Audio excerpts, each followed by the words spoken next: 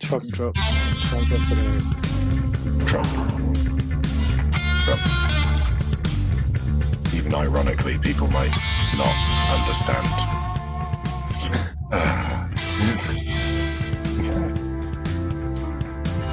Gotcha, bitch. Hello.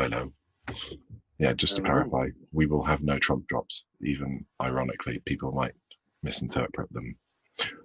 Craigo, how are you? I'm good, mate. Those How are you? eyebrows are fire. I'm like, what's going on with that? There's some serious. Oh, Serious flex in there. yeah, we are definitely going on YouTube with this one. It's a late one for us. It is a late one. 8:30 start. And with a 2-week gap, because last week we did a recording of a mock draft, and holy shit, that took a long time. Holy shit, that was difficult to edit, so we just binned it. Yep, sack that episode off. It never happened. What episode? Yeah, exactly. I don't remember. Anyway, it is Thursday, I think. Yeah, Thursday, 13th of August. So, little bit of news, not too much. We're not going to try and force it. Kittle got handed a big bag of cash today. Big bag of cash.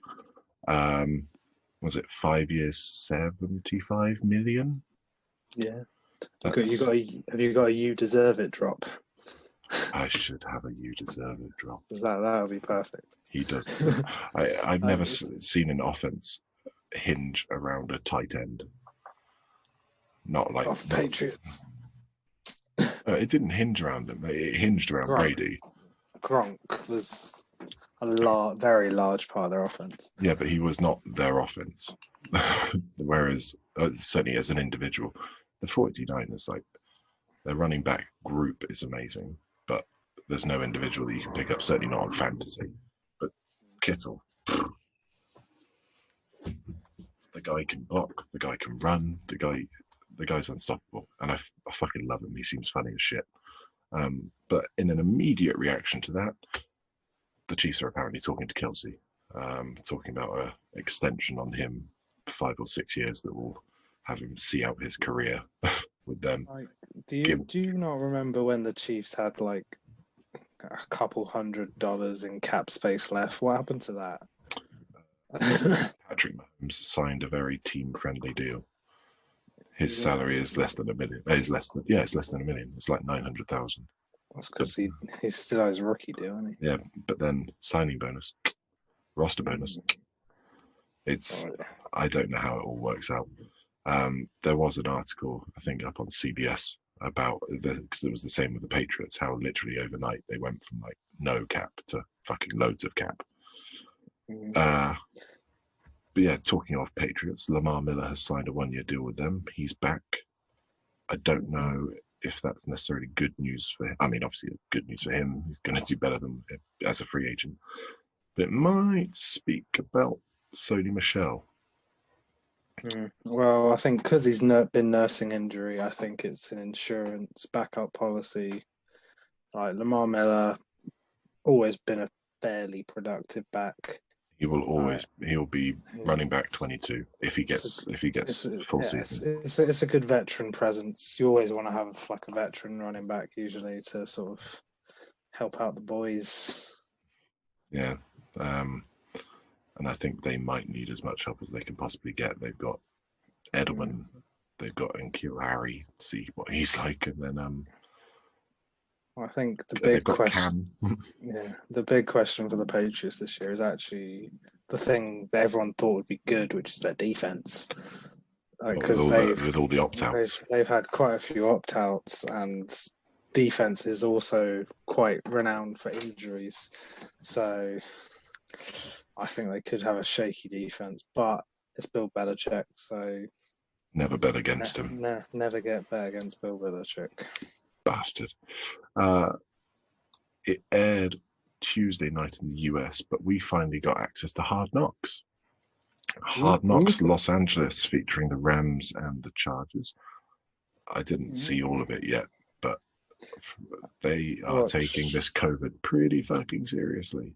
Yeah, I think that was probably my biggest takeaway is that the teams were actually taking responsibility. I mean, I kind of wish the show had come out months ago so that Americans would be aware of this is how you should be trying to deal with it. If this is how your heroes are doing it, then you Yeah, should too. so, Yeah, no. Also, I I didn't. was impressed with the site managers when they were helping out, making sure everything was in, in good order. I was impressed by the physique of Aaron Donald, Oof, oof. and God amongst men, like he is literally like chiseled out of marble. Like, geez, he makes NFL players look tiny, and yeah. these are the top 1% of athletes in the world. It's just unbelievable. Mm. And I was also surprised by the lack of height on Sean McVay. That motherfucker is teeny. I was also a big fan of Sean McVay. Sean McVay's dog. I think that was That was my that personal was highlight. the real superstar of the show. Yeah, Was the dog where he was teaching him tricks. yeah.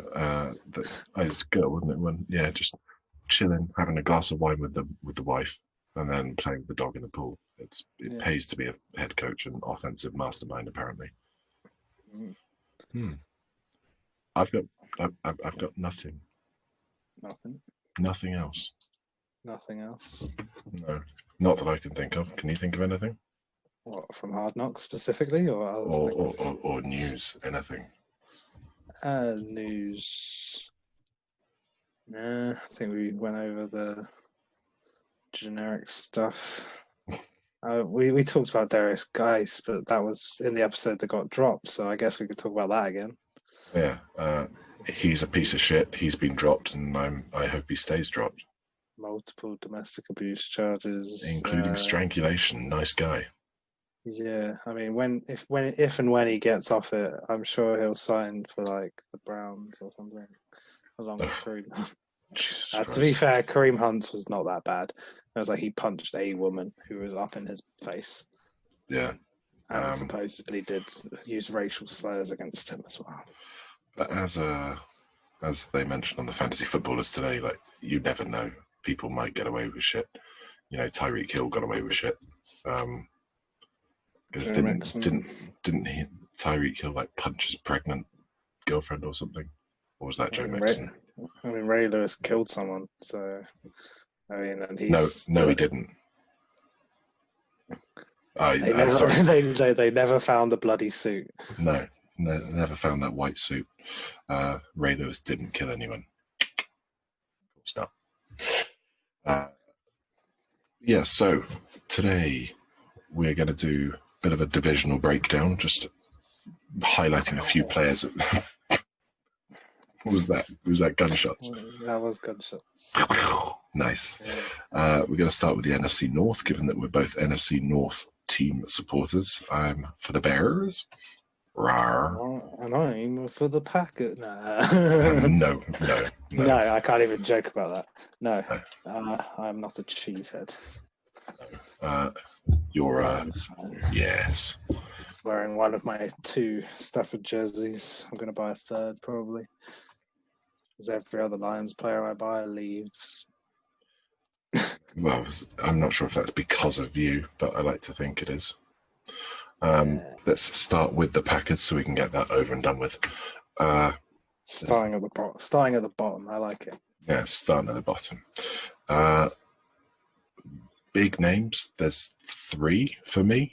Correct me if I'm wrong. We've got Aaron Jones, who I see definite regression in the touchdown capacity. He had 16 rushing touchdowns last season after 100% of the team's rushing attempts in the 5-yard. I don't see that happening again with A.J. Dillon coming in. Not enough to give A.J. Dillon any real value, but Aaron Jones. There's Aaron Rodgers, who is... Break up a bit there, Jim. Oh, Aaron Rodgers, the greatest, the greatest QB of all time. He belongs in the Hall of Fame. Most overrated QB of all time, Aaron Rodgers, and Devontae Adams, who I do actually like. Yeah, Devontae Adams, I've got no problem with him. He's a decent player. Aaron Jones as well. He's all right. Like, I don't think I'd draft either of them No, given their ADP. I think every Packer is overrated on ADP. Aaron Jones got 209. Devontae Adams 110. Adams, I'm okay with there. Yeah, Adams is around. I'd say early second. I wouldn't mind getting him on the way back, but I don't think I'd Having take. said that, I'm surprised that Jones is as low as 209. 209, and then Rogers is 306. So What 3 years? That's crazy high. Yeah, for the QB like 15. I need to double check that because that Aaron Rodgers 306. That must be 2 QB leagues. It is 2 QB leagues. Oh, okay. Standard. He's going 8-12. Yeah, I'm not a fan. I guess we also talk about the Packers' defense as a whole. I think it's going to be about as full of holes as their cheese. It's Darius Smith and Preston Smith. Good, like them from IDP perspective. I don't think I can name anyone else on their team anymore. Now Clay Matthews is gone. Blake Martinez, is he still there? Oh, no, he's at the Giants, I think. Well, there goes my one Packer linebacker that I know the name of. Yeah, Giants, yeah. Moves to Giants. So, okay. They got Ha Clinton. No, he's at the Bears. Right, fuck the Pack, on we move. Let's go to neutral ground again with the Vikings. Dalvin Cook, yeah, I like him. Good, a lot of work. It's a running team. The injury risk is obviously very real. Yeah, obviously. ADP of 106, which is... He's one of them guys that if I'm drafting him, I really like to get Alexander Madison towards the end. Yeah, I think you have to, both for injury and for holdout reasons. Yeah. Kirk Cousins, Captain Kirk. I mean, I think he has a fairly high floor, but also a pretty low ceiling. He's reliable. He'll get you like 15 to 20 points a week, maybe. But I don't see him having like mega games because he's just not going to throw that much because the Vikings don't want to throw that much. So Stefanski, their OC, has gone off to be head coach over at the Browns. So we're expecting to see the Browns to run it a shitload, and you might think, oh, so they're going to be running it less now. But his OC is now Gary Kubiak, who also loves to run the ball. Yeah. So from an offensive perspective, year on year, I don't see that much change in the plan from last year, other than perhaps the use of their tight ends. Kyle Rudolph, Irv Smith. Irv Smith was a rookie last year. They had pretty much like for like in terms of targets. The only differential between them was Kyle Rudolph scoring more touchdowns than Smith. Smith is being drafted before Kyle Rudolph. 2408 Rudolph 27. Yeah, 27. I don't think they're really relevant. Unless you're in a super deep league, there's not much chance you're drafting these guys. They're going to be on the waivers for everybody. However, Adam Thielen, yeah. Yeah, Stephon Diggs out of town. Adam Thielen, hopefully over his injury woes. Currently going 306 in a PPR. I mean, he was quite effective last year. He's got he gets decent volume. Like that's his main. He doesn't have. He's had huge weeks, I guess, but I'd say generally he gets them huge weeks because he got a lot of targets in them weeks. Yeah, I like Thielen. He's a pretty solid player. I mean, I wouldn't want him as my wide receiver 1, but I'd be very happy with him as my wide receiver 2. Well, that's the thing. You might end up with him being, if you're going to draft him at 306. I mean, I'm at the 4 spot. It's possible. It's possible that he might end up being my 1 if I go running back, and I'm going to be looking at him. I'm going to be looking at Juju Smith-Schuster. I'm going to go with the team that's more likely to pass it more, and it's going to be Juju over Thielen every time. And then on the other side of the field, we've got Justin Jefferson, the Rook.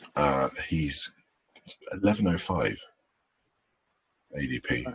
I think he's a good sleeper. I think he's probably. I think he might be the most likely rookie to break out, actually, given the situation, because he hasn't got any real competition to be the wide receiver 2. And whereas, like, CD Lamb's got Gallup and Cooper. Blake Jarwin. Don't forget about Blake Jarwin. And then I mean, Jerry Jeudy. He might. It depends on Drew Lock. It depends on Drew. Like, because that's an unknown QB. Because Drew Lock, he played 4 games, and like he played in a like simplified offense. Like, we'll see what he's like the first week. And they brought in a heavy pass catching running back, Melvin Gordon, who's. I think it's interesting. Checking down to Melvin Gordon quite a bit. I'm not sure I like him in the 11th round. 12th, 13th, I would go for it probably. Now, you or me? Tricky. This is where I pause and I find Detroit Lions. For those of you that didn't realise, that was a little bit of Eminem. He's from Detroit. And a bunch of other Detroit rappers. I'm not sure if Eminem's ever mentioned that he's from Detroit, actually. It doesn't come up very much. No, not nearly enough. Eminem was richer, so he could buy the Lions. But unfortunately, he is not that rich. I'll let you take the lead on this one. Oh, all right. So the offensive studs of the Detroit Lions. We will start. I guess we'll start ADP. Kenny G is the first Lion off the board. It's going into his 3rd season now. And I think last season he had a pretty damn good season, despite the fact he had Matt Stafford for only a few games. Then he had David Blau and Jeff Driscoll. And they're not great QBs. But he still managed to get I'm pretty sure it was over 1,000 yards. He got double-digit touchdowns. He's a beast. He is a great player. Gets open in space. And now he's got Matt Stafford, hopefully, for the whole season. I think he's probably going to be a top 5 receiver, but obviously he's being drafted as that, so there's not much value on him. I would like to have him, but if there's a more valuable player, I'm always going to play best player available, even if I like him more than anyone else. And then I guess our second ADP is DeAndre Swift, or is it Matt Stafford? It's DeAndre Swift by quite a significant margin, actually, by more than a round. Oh, fair. People are losing faith. Losing faith in Kerry. I like DeAndre Swift. I think he's a great running back. I've watched some of his highlights. He was rated by many to be the number 1 back in this draft. Yeah. We got him in the 2nd round. All right, that was it, 2nd round. I don't I can't even remember now. Yeah. Yeah, must have been because you got when did the draft happen? April. Okuda was Yeah, number one. Okuda was our first pick at 3. Yeah, I just couldn't remember if we traded back into the. I can't remember if we traded up into the first again. No, it was the second pick of the second round. So 34th overall.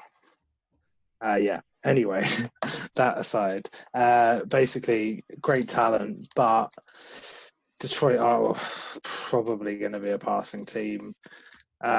Bevel does have a history of running back, like Marshawn Lynch, like that style.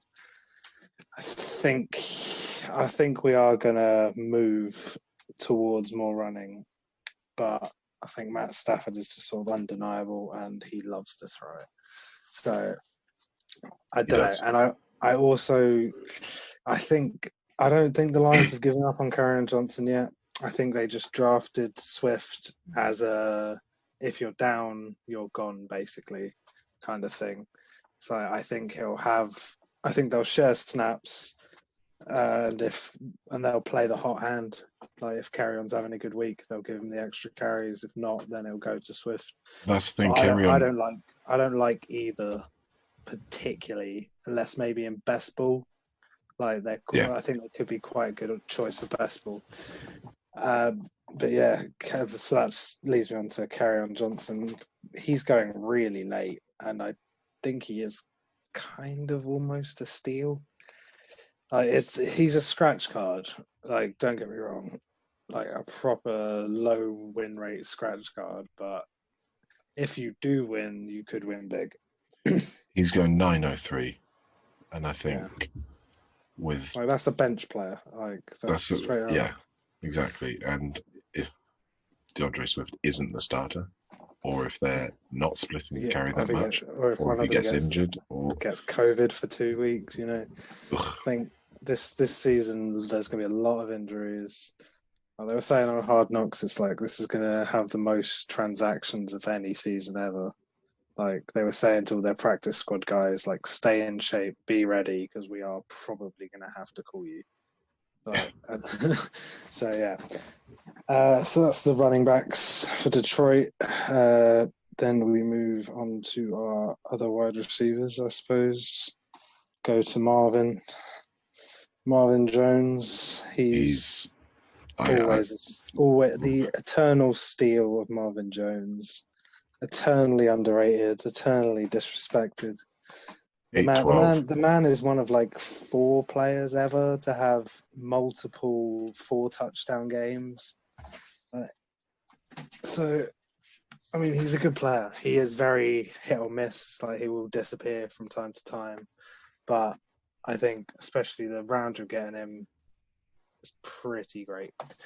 Then I guess we'll have to go to the man, our fearless leader, Matthew Stafford.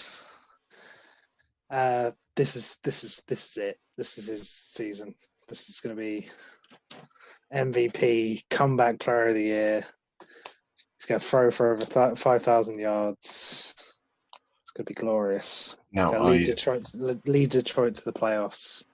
I actually did stat him out for. He's gonna save Matt Patricia's job.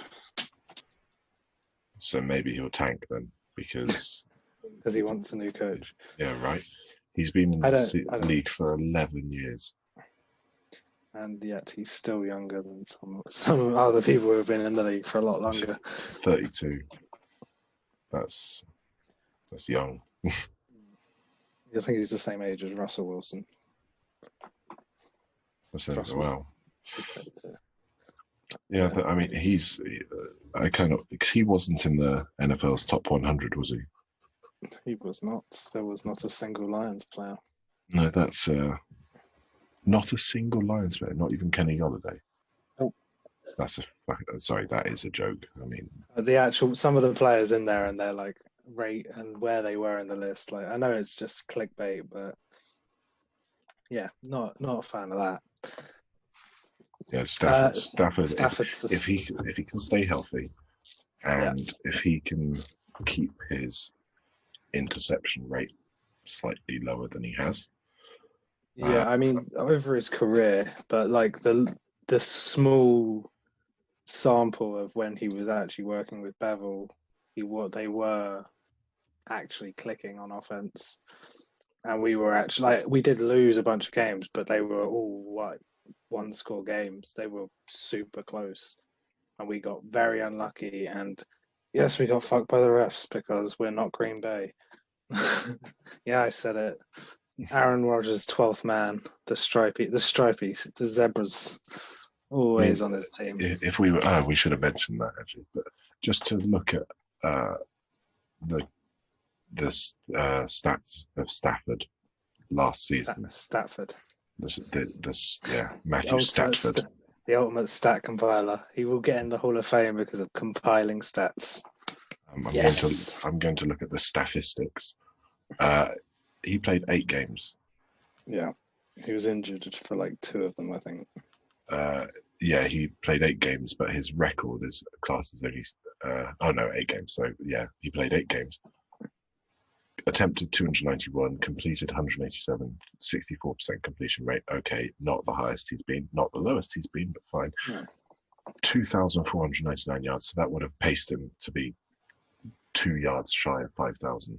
It would have put him on pace for 38 touchdowns because he threw for 19 touchdowns in 8 games. He threw 5 interceptions. If that doubled as well, 10 interceptions on the season. It's one of his lowest because historically he has not done well. It's usually because our defense has been so horrendously bad that they're having to throw all the time. He's literally throwing every play, and it's just. I like Stafford this year. If he's got a run game he can actually rely on, he's got 2 legit tight ends, 2 legit wide receivers, and hopefully at least semi-legit tight end in Hawkinson, who did flash last season. And don't forget about Luke Wilson. I think he's still there. I think Luke Wilson is still there. I'm going to. He does blocking and only blocking. Basically. He does a block. I think loves to block. Don't forget that. Okay. That's why we took him over Fant, all right? Yeah, I know. George Kittle says he's like a better version of Nick. Shut the fuck up, Craig. We get it. You love Hawkinson. I guess the last bit is the defense, where I will say fingers crossed. I mean, if Akuda is equivalent of Slay or better, then that could be like Harmond is a decent cornerback too. The D line, we don't really know how that's going to turn out. I mean, hopefully, Trey Flowers could be good. We got Jamie Collins now as well. I mean, I think 7 out of our 11 starters on defense are former Patriots. So they've got a clear plan in mind, I guess. But yeah, I guess that's the last we lost our owner. She transferred it to her daughter. Yeah. Oh, she officially did that, did she? Yeah, she stepped down. Good old Martha Firestone Ford. And then on to her best mates team. Yeah, it's true. That kind of really, like, I don't know if it ruins the rivalry. It's like I can't be rivals with the Bears. Like, no, I think I think it adds to it because it's like watching Joe Frazier and Muhammad Ali. Like there's respect, but they'll still beat the shit out of each other. I mean, but then again, I guess me and you are friends, and we both own a pretty successful fantasy team. Yeah.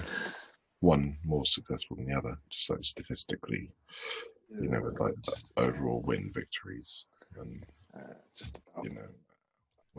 I mean, just overall win percentage and playoff appearances and stuff. But let's not get into that. I have been hit by bad luck previously. We're not going to go into that too much now. let's talk about the Bears. Yes. Bears. So which half of the quarterback should I speak? Let's speak about first, because neither of them are playing 16 games. Let's be honest. I am steering absolutely, completely, 100% clear of the Bears quarterback situation. I've got no idea who the starter is going to be. There is nothing to indicate who the starter is going to be. Mitch Trubisky. I'll give you the two scenarios, right? Mitch Trubisky starts, gets benched in about week 5, 6 for Nick Foles. Yeah. That's scenario 1. Scenario 2, Nick Foles starts, gets injured in about weeks 7, 8, and then Mitch Trubisky finishes the season. I think they're the two most likely scenarios. And let's be honest, Big Dick Nick, he's turned up, he's played some fantastic games. He has also played some fucking stinkers. Acting like Nick Foles is the savior of the Bears passing game is just ridiculous. So, unless Trubisky starts running again, which he's not going to do, just to extend the play a bit, absolutely fuck the Bears passing game, apart from Allen Robinson. Yeah. Allen Robinson, very consistent. Target monster. He has been a victim of bad quarterbacks throughout his entire career. He's had, and this year will be no exception. He's had Blake Bortles,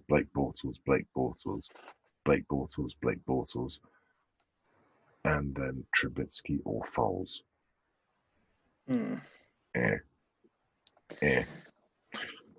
But he is the undisputed 100% alpha on that team.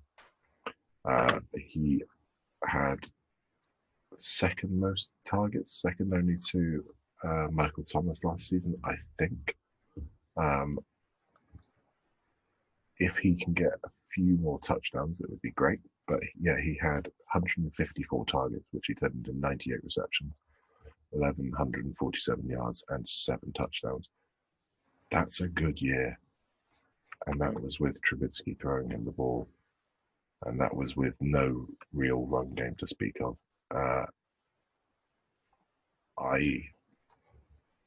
Now speak to that running game. What do you think of the Bears' running game? In full PPR, I hate the fact that their 3-down back is split over 2 backs. I hate the fact that we don't have, we've got a clear pass catcher and there is a clear runner. I'm sure David Montgomery has been working really hard on learning to catch, but he's very likely to get a lot of carries. I believe that, right. Especially if the passing game is poor. But how efficient, how effective he is with those carries is a different matter. Yeah, I mean, I kind of see the Bears running back room as like the old Patriots running backs. It's like James White and Blount, and not Blunt. It wasn't Blunt, it was Blount. How do you say? But yeah, it's like you got the clear bruising back, like he's just going to run it in, and then you've got the clear pass catching back. Yeah, what do they say? Thunder and lightning. Yeah, and Cohen, I think that was probably one of the biggest issues with the Bears last year, is they didn't let their most dynamic player have the ball. The year before, Tyreek Hill was Tyreek Cohen was like Tyreek Hill. He was absolutely rapid, and he was amazing year before last. Yeah. And then they for some reason they stopped giving it to him. Yeah, they harnessed him and just last year 213 rushing yards. The year before 444. Last year 456 receiving yards. The year before 725. 3 touchdowns and 5 touchdowns, 0 touchdowns and 3 touchdowns. One of them puts him as a top 20 running back. The other one puts him as irrelevant. Whether that's because of David Montgomery, we don't know. But Tariq Cohen can't carry the load. I like David Montgomery this year, as I do think they are going to try and just pound the ball, because they weren't going to want to keep the ball in the 5th round. In the 5th round, I mean, I see him more as like a flex rotation sort of level talent. I wouldn't want him as my RB1. No. I'll tell you that much. RB2 still a bit Well, iffy. if he was going to be your RB1, you would have one hell of a team before that because you've got what? You better hope so. Yeah. Well, you would end up with something like Michael Thomas, DeAndre Hopkins, and Kelsey, and someone else because he's going in the fifth. Yeah, and probably like Russell Wilson or Kyler Murray or something. Tight ends. We've got Which one? 8 of them, I think we've still got. We've lost Trey Burton, but we've gained Jimmy Graham, who he used to be really good. 10 years ago. Yeah, that's all I've got on him. He used to be really good. Maybe some red zone targets, maybe a safety blanket sort of thing, but he ain't going to be running downfield like he used to. He isn't going to be dunking over the posts like he used to. But he's still a tall guy. He's still a tall guy. He's still a tall guy. And to be honest, I think they probably just signed him to like mentor their rookie tight end, which they took quite high. Yeah, Cole Kmet. He could be an interesting one. He was on the COVID list. He's off it now. So we'll see how that goes. And then, of course, we've got the Bears defense, not as dominant as it was a couple of seasons ago. Still decent. Unfortunately, Eddie Goldman has opted out. So our interior of the D-line is not as strong as it could have been. But we've got Akeem Hicks and Nicholas Bilal. Our linebackers are still looking fucking lovely. I mean, Khalil Mack, Danny Trevathan, Roquan Smith, and then they picked up Robert Quinn as well. The secondary was Kyle Fuller, Eddie Jackson. I don't think it's going to be shut down, but it's going to be pretty fucking good, I think. I do quite like the Bears defense, but as a fantasy option, I wouldn't really like to have them because of the offense. I feel like the defense is going to be on the field quite a bit, and that tends to be an indicator that your defense is not going to score many points. No, exactly. If you give the opposition offense too many opportunities, Jesus Christ, that was horrible. In our scoring, maybe it's a good thing. I don't know. Jesus, we need to fix our scoring. Actually, there is more exciting news. Exciting news for me. I have my first draft tonight. I don't know why it's being done now, but it's being done now. It's being done at midnight tonight. I've got my first draft, and even though it's a league I don't give a shit about, I am so excited. Have you not? You're not gonna work tomorrow then? Yeah, no, I do. Yeah, no. No. That seems like it's going to be a late one. Starting at 12:30. I feel like it's not going to be very nice. I might have to auto draft something. But if you just log on to the lobby, just make a huge queue of players. Yeah, exactly. Then just leave. And then like just everyone else does in the mocks. And then get really annoyed that I didn't get Christian McCaffrey and Dalvin Cook. But I really don't like the fact that it's a 10-team league and it's a 2-receiver, 2-running back flex non-PPR league. Yeah. That does not sound like much fun to me, my friend. It's literally just going to be if I don't win it, then Christ. So you need more scoring. I think I'm in. I think everybody's team is going to be stacked. Yeah, absolutely. It's just you've got to work on having the difference makers. I don't even know where depending I'm drafting. Where you draft. Well, it will probably be Autostein. I'd say if you're going early, you're getting CMC. If you're going late, probably try and get like Kels. Not at the end of the first. Yeah, on the way back. Second round. Right, if you're 9 or 10, you can usually get Kelsey's second pick. Yeah, I don't know. We'll have a look at it. Well, I'll see you. I'll give you a score on your team tomorrow. Looking forward to it. Oh yeah, maybe I'll make use of that lovely Fantasy Pros draft wizard app. Anyway, let's wrap this up. This is going to be one of our shorter ones. Yep. Well, I mean, it's still like an hour. Yeah. Probably not. Doesn't matter. Right. Right. Okay. Let's wrap this up. Love you. I like that you're dancing. Yeah, it's fancy. keep up the good vibes. Don't do that. Right. Anyway, peace out. Catch you. Peace out. later. Thanks for listening, Alex. Cheers. Bye.